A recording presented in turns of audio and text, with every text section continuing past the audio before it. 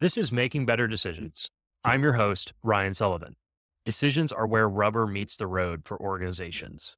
Each week, we'll be learning from people who are on the front lines of turning raw data into better outcomes for their organizations. This show is sponsored by Canopy Analytic, helping companies make better decisions using data. Hey, everybody. Welcome to the Making Better Decisions podcast. Today, we have a special treat. We're going to be doing another frequently asked questions episode. So, I had the opportunity to sit down with one of our producers, Kyle, and go through some of our frequently asked questions from listeners. I hope you guys enjoy giving it a listen.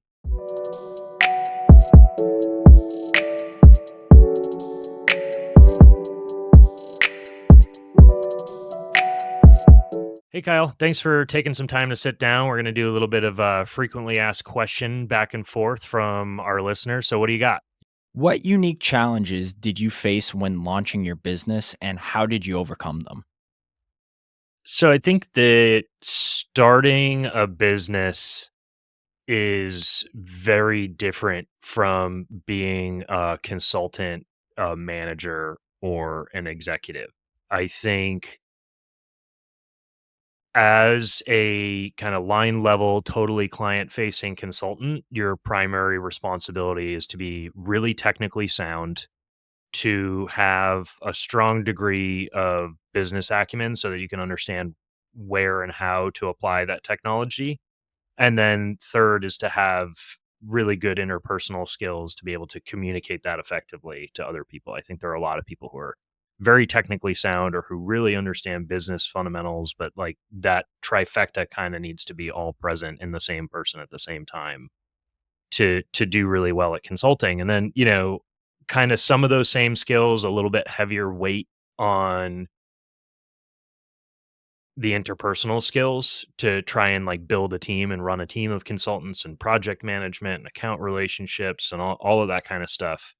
And then as an executive, right, you kind of get a little bit of taste of, operations and finance and like all these back end things. I think the biggest challenges that I have faced starting Canopy have been okay, I've been consulting for years. I've gotten some experience. I got decent at doing that. Now there's not just like one, but like 20 whole new worlds of information and experience and expertise that needed to get built up in order to make the business function, right? For example, like I could be the best consultant in the world and I would sit in my office totally unused and broke if nobody knew that I was good and should be hired. So you got to get good at marketing. There are loads of companies that are good at marketing and have good people, but if you can't manage cash flow, you still go bankrupt, right? So there are like all of these other different skills that are kind of not just being like a math and computer and data nerd, which is really what I am, that I had to learn. So that's been a fun learning curve. I love to learn new things. How do you keep up with rapid advancements in data analytics tools and technologies? Yeah, this is a good question. I would say um you have to pick and choose your battles. As this field has continued to mature, it hasn't just been kind of like one stack that gets better and better and better. There are loads and loads of new tools. So what's happened is there's obviously been an increase in depth, but there's also been a big increase in breadth as well. So I think the idea that I'm going to be, like a PhD in AI and someone who's, incredible in, numerous programming languages and be really good at design and stay really on top of business trends and understanding the business environment and, maintain great relationships with people in order, for them to know that we're able and available to help.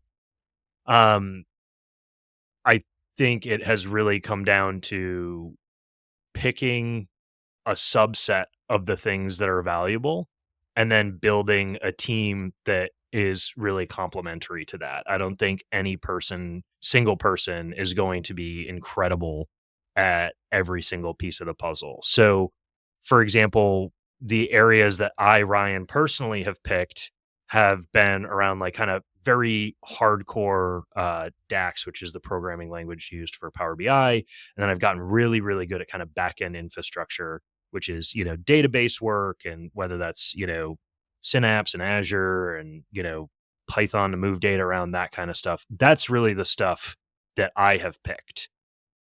There are people on my team that are way better at design and making things beautiful than I am. And there are people on my team who have different complementary skills so that when, a problem comes to our doorstep, we're capable of handling it. So I think one aspect is definitely like pick a niche, get good at that, and then become a part of a village that can give you some of that breadth. I do also think that there is, in order to make it in this business, you have to be one of these just like super hungry self-learner kind of academic types. Like I like watching YouTube videos on releases from all the other kind of nerds in my space. I love, reading stuff. There are all sorts of really, really cool free resources out there to learn new languages. And I would be remiss if I didn't say that ChatGPT has made me faster.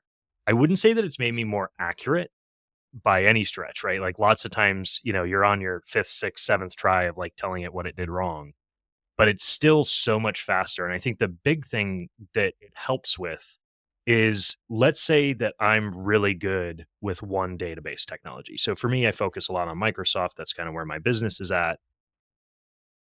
I had a client that was kind of mostly doing a project that involved Microsoft technology, but their database choice was going to be Snowflake, which is really popular on the market right now, somewhat comparable to like an Azure Synapse. And all the commas are in different spaces. The language is totally different, but the concepts are all identical. Like I know exactly what I need to do, but I may not know all of the nitty gritty of where everything goes in order to complete that. So I think that having a really solid fundamental understanding of like what the things are that you're trying to do is really valuable. So kind of having those general computing and data skills is the thing that's most valuable to invest time in. Because then figuring out how to translate it from like one dialect of SQL to another is pretty straightforward with, ChatGPT and a little bit of error handling. When working in different industries, how do you use their data in different ways? Is there one way that a certain industry needs their data versus another industry needs their data? How do you kind of differentiate what data sets need to be used and how you need to lay it out for each individual industry? One of the things that we've talked a lot on the podcast about is how the investments of both time and money that get made on an analytics front need to be really tangibly tied to the company's strategy and to a clear goal or set of goals that help achieve that strategy. So, data and all of the tech that we use to interact with it are just tools that help a business meet its goals. So, absolutely, there are all sorts of different ways, right? For example, like if I go in and start talking, about revenue to a nonprofit, right? Like that doesn't make a lot of sense. So I think there needs to be a connection to those goals, and to be clear, while there are, we help with strategy and things like that, we're going to help with, technical strategy and data strategy and helping to inform the business decide on some of those things, but I can't come into a business and tell them what their revenue target should be, or that they need to make the business decision to invest in acquiring new customers, or like some other kind of like purely business, purely strategic piece of generating that strategy that needs to come from the business. I think, aside from the connection to goals driving the analytics questions, I think there are two pieces that are kind of total opposite ends of the spectrum that are important for this conversation. One side of the spectrum is the idea that we should somehow know every single thing about every single industry. That's not feasible. The other end of the spectrum is All data is the same. It doesn't matter what industry you're in. Like, I'm a good data professional. I can figure it out. Neither of these really make sense. Like, if you have the choice between two technologically equivalent consultants and one has spent all of their time working in your industry and one has not, one is clearly more valuable. They understand the types of problems that those businesses have. They understand that business so they can much more accurately use technology to help those goals get achieved. On the other end of the spectrum, it is very, very uncommon to be in a situation as like a purchaser or a hirer that has two identically qualified consultants that differ only in their experience in your particular industry. And so I, for one, would generally take the smarter, technically stronger consultant over someone that has a ton of experience in my space, but may struggle to execute things. And the reason for that is typically what you build, you get stuck with.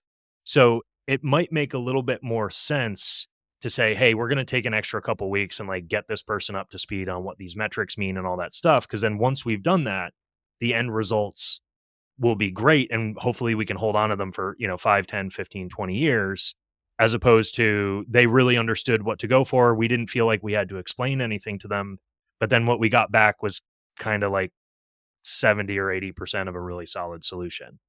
So I think it really comes down to a balance of having some experience, making sure that you've been out in the world and worked with a lot of different types of companies, but then also like really the brass tacks are having, really strong technical and communication abilities, because whatever we build, hopefully we want it to have some longevity.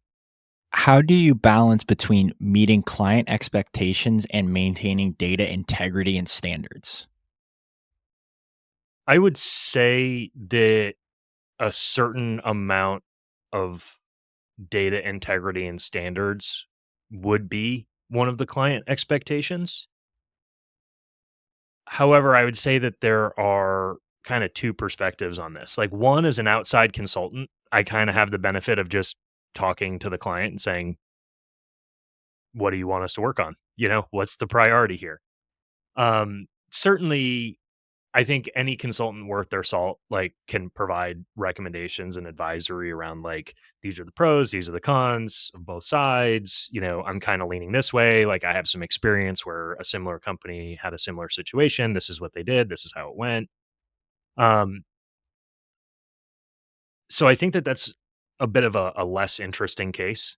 I think the more interesting case is like, okay, like we're one team, right? It's not like a developer talking to a human, right? Like, whether this is a consultant that's outside that like is really going to help provide advisory, or it's we're only talking about an internal team. It all comes back to that business goal that I just mentioned. So I personally, being a data and analytics person, like to think that in order to change something in a business, we're making a decision. We're going to do X, we're going to do Y, we need to hire, we need to let people go, like whatever it is. Decisions are usually a question of the form, what should we do here? So if we have done a really good job of formulating that question, it tells us kind of where to set the dial between those things. So, for example, if we know that we need to grow our team, and the question is, how many people do we need to hire and where should they sit? If, the revenue projections that I'm looking at are off a little bit, okay, that that matters, but we're at least hopefully when you're hiring somebody, you're hiring them for a longer period of time. So, it's much more important that that be kind of like pointing in the right direction and that we see the trends, right? Like, if a quarter's revenue is off by, 5 or 10%, that typically isn't going to like drastically change unless we're talking about a really, really massive team. If we're talking about hiring, 4 or 5 people or something like that, we can basically ask questions about the precision that's necessary to answer a given question. I think that that's really what it comes down to. We need to focus on like, what is the ultimate goal of this analysis? What is the question we're trying to answer? And then what kind of degree of certainty do we need in making that decision? And then that dictates, how much time we spend on cleaning, how much we invest in it, how many people we bring in, how long the conversations are, all of it. What trends do you see shaping the future of data analyst, and how are you going to prepare for those? First and foremost is artificial intelligence. I try my hardest to take a very moderate view on artificial intelligence. I think on the one hand to just be like, it's hype, right? That's a recipe to get, beat in the market.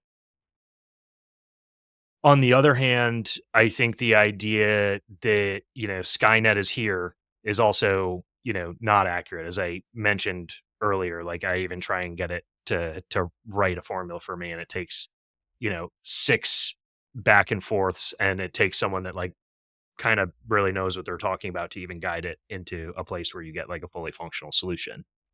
But looking at it as a trend, AI will never be worse than it is today. And some of the concepts and the things that are happening there dictate to me a really, really interesting and changed landscape in the future. So I think it's one of the things that we need to stay on top of.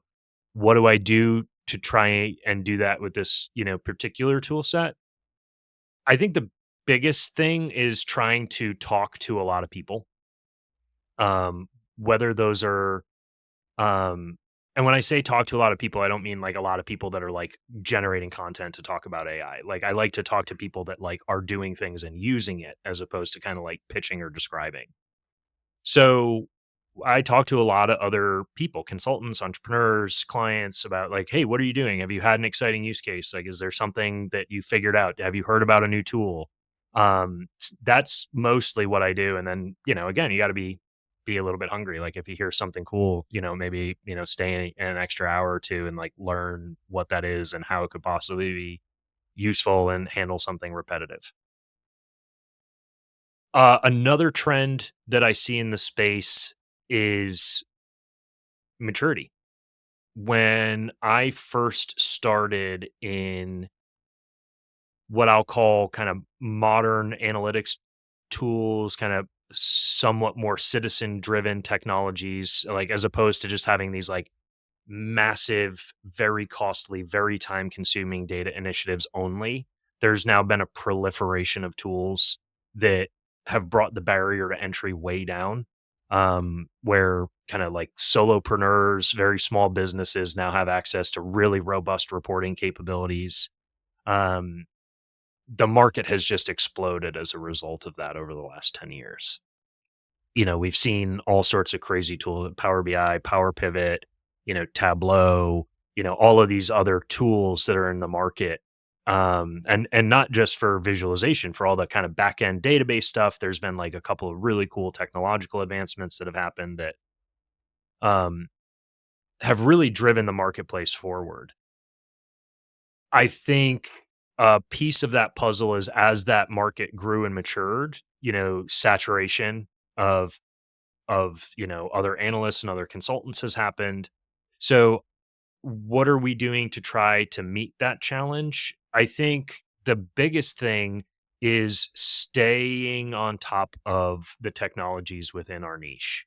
So what are the ultimate things that we do for clients? Help them to make better decisions. So like any tool that allows us to do that better, faster, or cheaper is something that we try to stay on top of. So again, that just comes down to kind of talking to a lot of people, constant learning, constant reading of everything like that, trying to stay on top of the technological landscape as it gets more and more mature and broad. If you could go back in time 10, 5, 8 years, whatever your time frame is, and give yourself one piece of advice, what would that advice be? Yeah. So if I could go back, 10 years, I think the biggest piece of advice that I would give my business self is to learn more about business. My background is in mathematics. like super nerdy, technical. When I came into the business world, it was very focused on technologies and then just kind of relentless focus on becoming the one of the best in the world at the technologies that I had picked. And, just relentless consumption of information and learning and training. And all of that was super, super beneficial. And I don't know that I regret it, but I will say there are large swaths of the technological knowledge that I've accrued that I get to use very, very infrequently.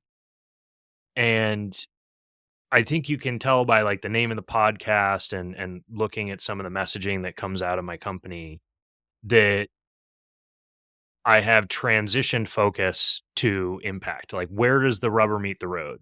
You could build something that is technologically beautiful from like an engineering and elegance standpoint, but if it doesn't make dollars, it shouldn't have been built. And so I think that if I could have gotten started on that journey a little bit earlier, um, maybe some things would be different. But I will say one thing, I certainly don't regret building tech chops for myself. Um, and we're all on a journey. I think just like so long as I stay learning and stay hungry, it's all good. Outside of yourself, who would you say are some of the people that you learn the most from when it comes to data or your business side of things? Like, who are you listening to? Who are you reading? What sites are you reading? Where do you find most of your information when it comes to data and learning and doing all that kind of stuff? Sure. Yeah. So obviously, if I'm doing my job as a consultant and advisor, you know, as much as I can, as often as I can.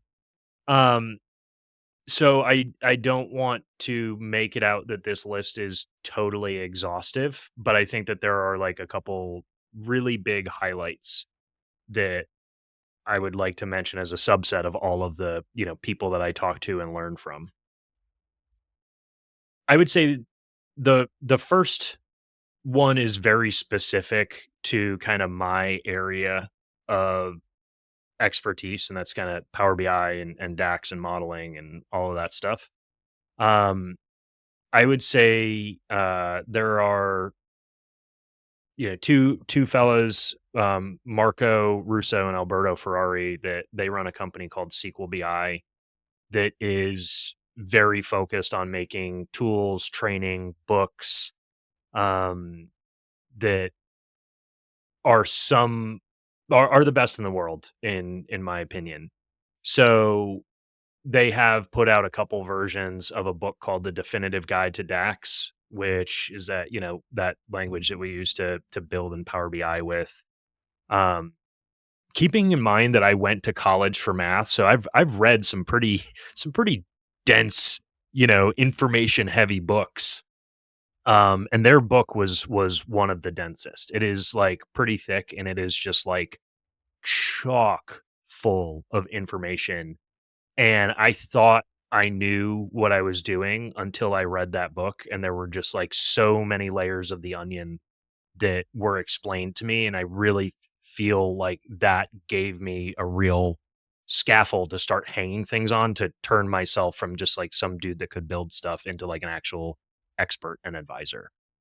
Um, I would say on the database side of things, that other kind of core competence that I mentioned, that's been much, much more diverse. Back in the day, the types of technologies that I was reading about have changed so much that I'm not reading about them anymore. And there's kind of new things coming up every day. So it's really just like, constant consumption, constant, all over the place. So I will say that, way back in the day where I cut my teeth with SQL servers, I was a big reader of, Brent Ozar's blog, and that was really helpful. Taught me a lot about the fundamentals of databases and things like that. I think on the back end side of things, he was probably one of the most formative, um, for me. The other big piece of the puzzle, which is kinda not technical, is all of that business, acumen, whether that's tying what we do technologically to our clients' businesses or whether that is running our own business, has been, the Entrepreneurs Organization. So this is an organization that I got involved with a couple of years ago, and it is exactly what it sounds like. It's an organization of entrepreneurs that get to share and learn from one another and develop relationships.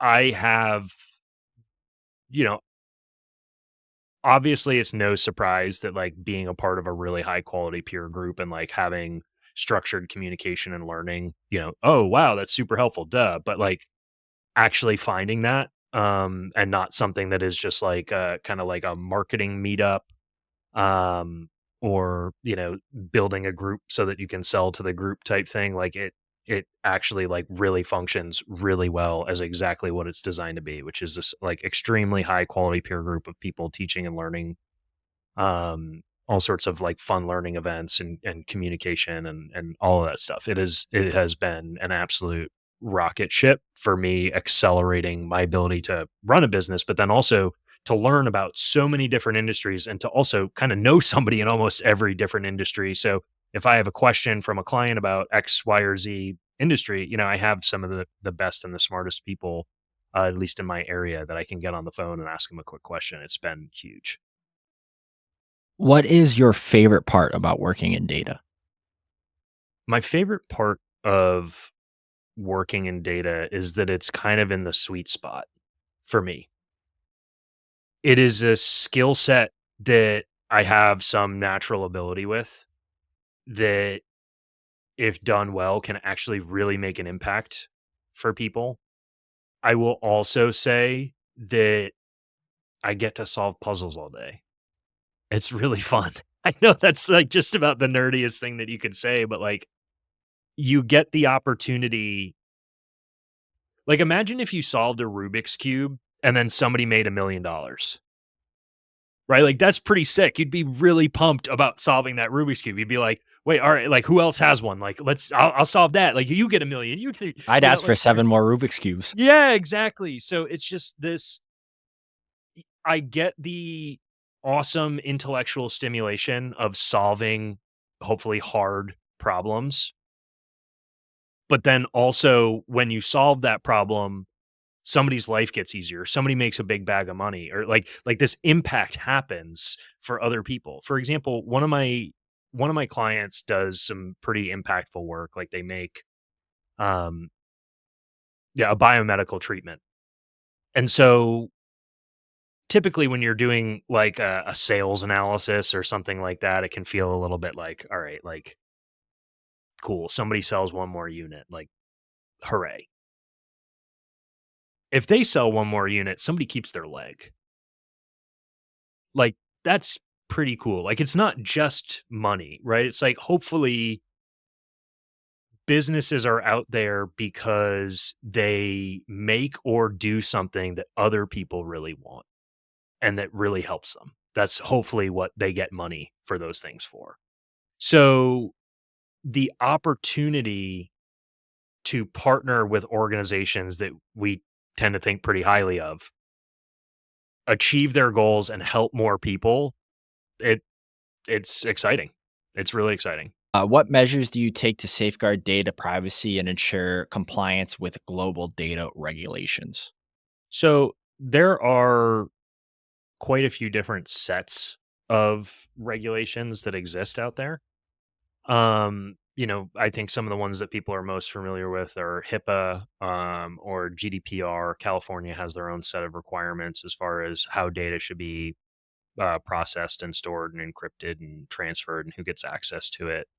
Um, some people may not know, but anytime you're looking at really any personally identifiable information, I think the level of onus goes up as far as trying to ensure that nobody's personally identifiable information is improperly stored or accessed.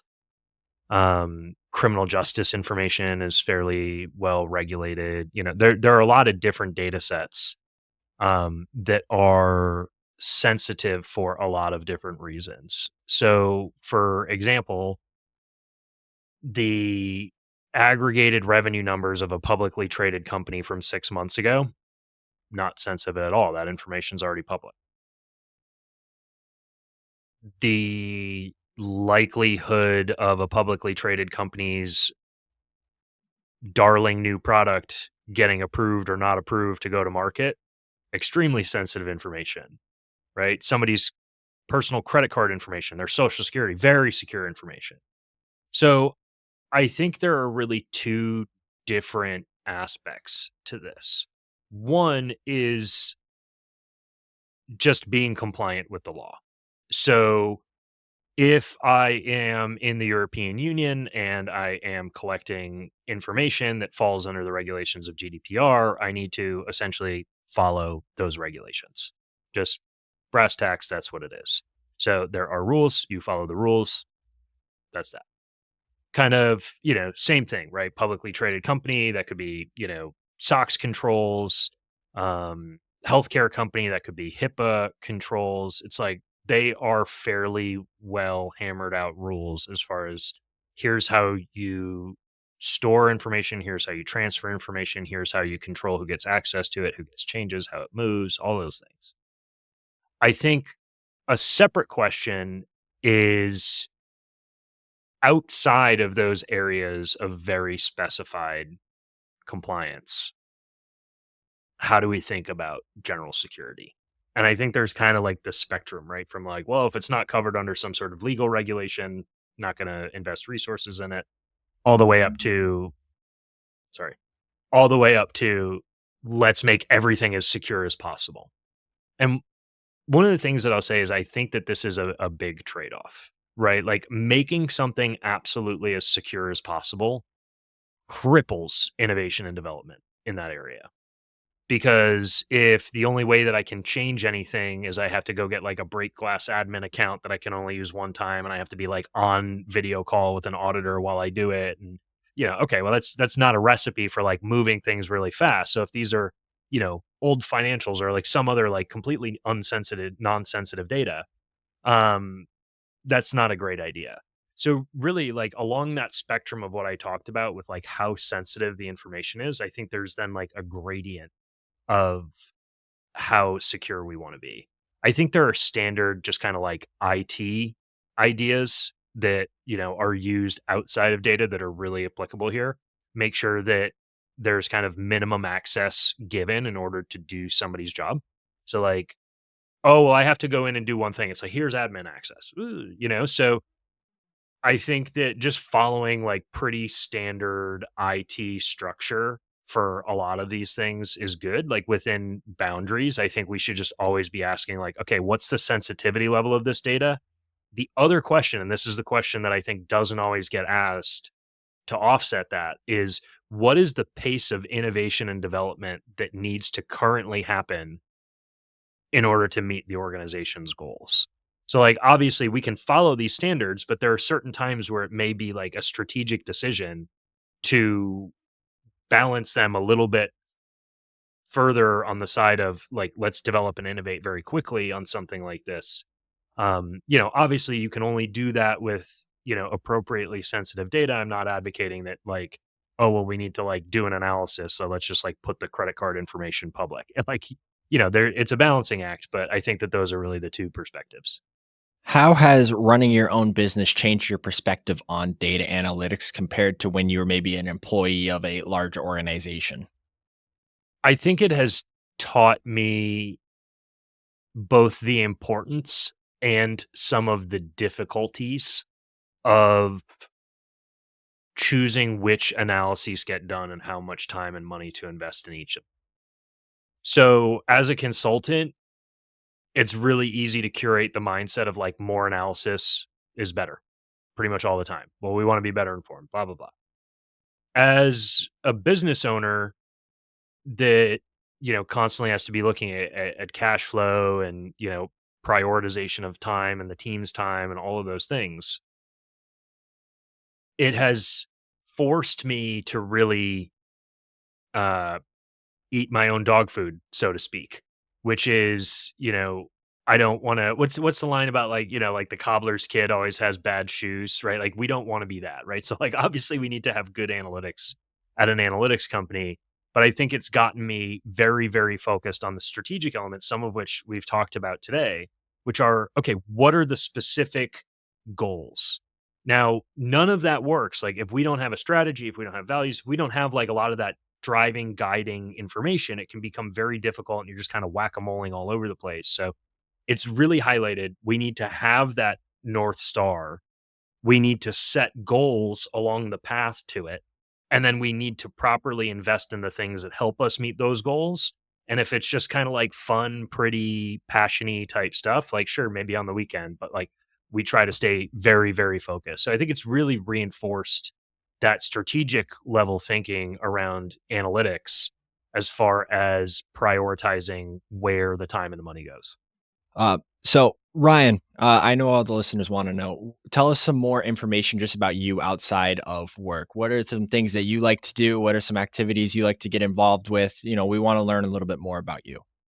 Yeah, I guess from a karma perspective, putting other people on the spot, it's my turn. My wife tells me that I'm like this huge adrenaline junkie. I don't really feel that way, but I enough people have told me that I think that's kind of what it is. So I love to um skydive. I've been a skydiver for I don't know, like almost 10 years now, I think. Like well over 500 jumps now, done a bunch of different disciplines within that, and it's been a blast. I absolutely love that. And I also love the people that I've gotten to meet through doing that. Skydiving has some of the best, most interesting people in the world. Um, Adjacent to that, you know, was jumping out of planes and I had kind of always wanted to fly them. Actually, funny story, when I decided that was like I was out on my own. I had like enough money that I could start like investing in some of these hobbies that I wanted to do as an adult. I actually called a flight school and I called skydiving school the same day. And the reason why I was a skydiver first was because the skydiving school called me back first.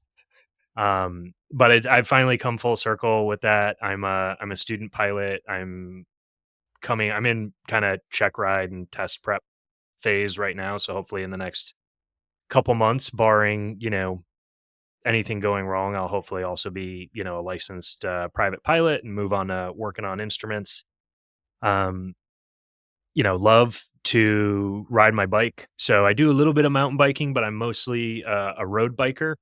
I like doing long distance stuff. I don't know. Maybe I got some issues to work out, but I love just going out there and suffering for a couple hours and getting to see all sorts of, cool different landscapes. And then the whole rest of the week, you're sitting there like getting to kind of relive like these, 100 miles worth of places that you got to see on back roads. And that actually turned into what I would say is kind of the last piece of the puzzle there for like personal interests, which is so I live in the Boston area and there's this monster ride. It's a 186-mile ride called the Pan Mass Challenge. And so I had signed up for it initially as a athletic endeavor, just like, hey, this is like a tall mountain to climb. It's a really hard bike ride. Like, let's see if I can hack it. And I went out and I did that ride. It's a fundraiser for Dana Farber Cancer Institute, which I've learned a lot more about over the years. And I was just hooked. You're out there for 186 miles and the streets are lined. Like, and there's just people out there with signs like, three-time cancer survivor Dana Farber saved my life. Like, you're saving my life. Oh my gosh. It just like it got me hooked. Like it totally converted me, and so now I've gotten like super involved with that, and it kind of gets to combine. Again, the same as what we were talking about with the data stuff. I get to do stuff that I really really love, which is getting out there and doing long hard bike rides, and at the same time we're fundraising for Dana Farber, and they did some research recently. Over 50% of cancer treatments that are on the market have Dana Farber's fingerprints on them. So it's like it actually everybody knows people that are currently battling cancer. It's so prevalent. So it's something that's awesome. Outside of the personal interests, right? I got a wife and a dog who's camped out right here, and I love spending time with them. Awesome. That's great to hear, especially on the Pan Mass Challenge. I since working with you, I've done more research into it as well too. So it definitely is a good cause and everything like that. Well, come on and join the team. February 1st, we're doing the winter cycle, I, which is just it's only a 45-minute class. You can do it oh, too. I could do that. No, I was gonna Yeah, say 100, absolutely. 186 miles. I might pass out at that point. Yeah, so, the winter challenge is like the gateway drug, like, they're gonna, Gotcha. like, wheel out, like, all of these kids that are cancer survivors, and you're, like, there sweating, you're like, "Okay, I can do it." You know, it's a good time, and it's in Fenway, it's, like, looking out over Fenway, it's one of the coolest events, for people just looking to get involved. That's awesome. I've done a 5K at Fenway, so that's been a lot of fun. But that I'll definitely look into it for you for sure. Final question that I want to end us off with, and it's definitely more of the silly one. Um, if you could go to dinner with two people, dead or alive, who would they be, and where would you go to dinner? Mm, I have to think hard about number 2. The first one is super easy, it would be my dad, and it would be to the best steakhouse I could find. Um, he passed away a few years ago, and, I think that's a learning curve that unfortunately almost all of us have to go through at some point in our lives, and, you realize, I don't know if there's a limit on the amount of money that I'd pay for that steak dinner, let's put it that way. So, that would be one. Let's see, the other one, I feel like this is just, like, an opportunity for it to, like, try and pull up some, like, deep cut of some sorta, like, super interesting person. Um, I tried to resist the urge of coming up with some sort of, like, just, like, deep cut, pseudo celebrity, whatever, to make myself sound interesting, but, like, the person that really comes to mind is Kurt Vonnegut. He was a writer, and his books just make me cackle with laughter.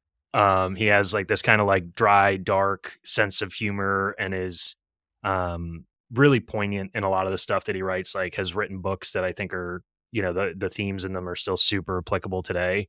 And I think if I could have dinner with him, let's just pick his house. That'd be cool. Like get to go to Kurt's house and just like joke and laugh and learn a little bit. I think that'd be an awesome evening.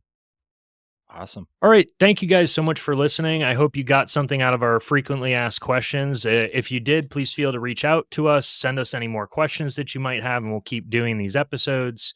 Especially if you've made it this far, thank you so much for listening. Please make sure to like and subscribe or tell a friend, give us a good rating, any of that stuff. It's really the fuel in the engine that keeps us going here. So we really appreciate all of the likes and subscribes that you guys send our way. It's a little bit awkward to thank myself again for being here, but I want to thank all of you for listening. And this has been another episode of the Making Better Decisions podcast. Have a good one. That's a wrap for today's episode of Making Better Decisions. For show notes and more, visit makingbetterdecisions.live. A special thank you to our sponsor, Canopy Analytic. Canopy Analytic is a boutique consultancy focused on business intelligence and data engineering. They help companies make better decisions using data. For more information, visit canopyanalytic.com. There's a better way. Let's find it together and make better decisions. Thank you so much for listening. We'll catch you next week. Peace.